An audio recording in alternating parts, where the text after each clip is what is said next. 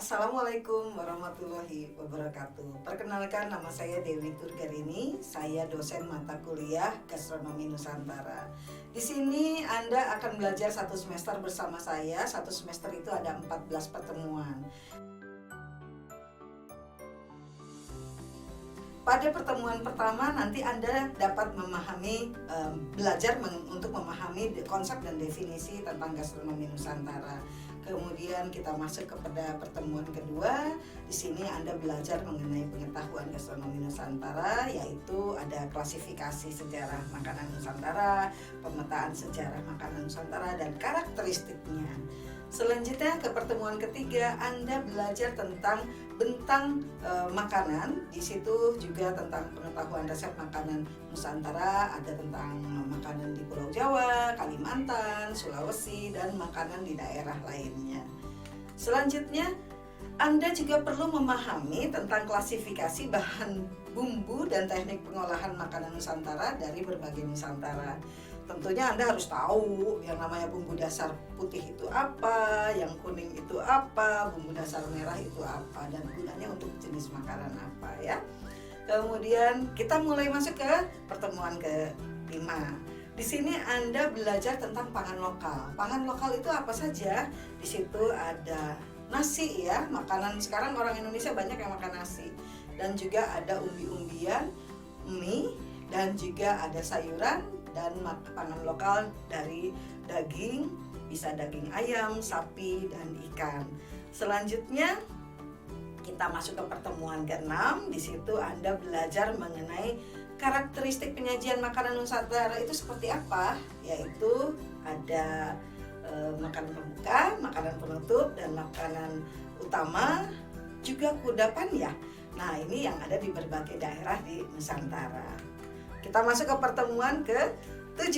Di sini Anda ada mempelajari wawasan ya, pengetahuan tentang apa sih hubungannya gastronomi, bentang makanan dan juga pariwisata gastronomi. Di situ Anda harus tahulah tentang sejarah makanan itu sendiri ya, di Indonesia seperti apa. Kemudian apakah ada hubungannya bahan baku atau bentang makanan di setiap daerah yang berbeda dan unik bisa menjadi daya tarik wisata untuk orang lokal, domestik atau mancanegara. Nah, kemudian apakah dari daya tarik wisata tersebut Anda dapat memahami pengembangan wisata gastronomi di Nusantara. Kita masuk ke pertemuan 8. Nah, Anda belajar di sini selama 7 pertemuan kan. Sebelumnya kita uji nih di pertemuan ke-8 bagaimana kemampuan Anda menyerap wawasan dan pengetahuan ya. Kemudian selanjutnya ke pertemuan 9, di situ Anda mengolah makanan gado-gado Betawi, rawon sapi Surabaya, nasi gurih Aceh, dan juga ayam ungkep, dan juga cara membuat kerupuk sebagai pengiringnya ya. Kita masuk pertemuan 10 ya. Nah, di sini Anda membuat lotek khas orang Sunda di Jawa Barat, kemudian sup kacang merah yang merupakan akulturasi dari pemerintah Hindia Belanda, kemudian ada nasi jamblang Cirebon, itu sudah komplit, ada nasi putih, ada oseng tempe, sambal goreng, bakwan teri, semur tahu, dan sate kentang. Dan pengiringan tentu saja kerupuk ya.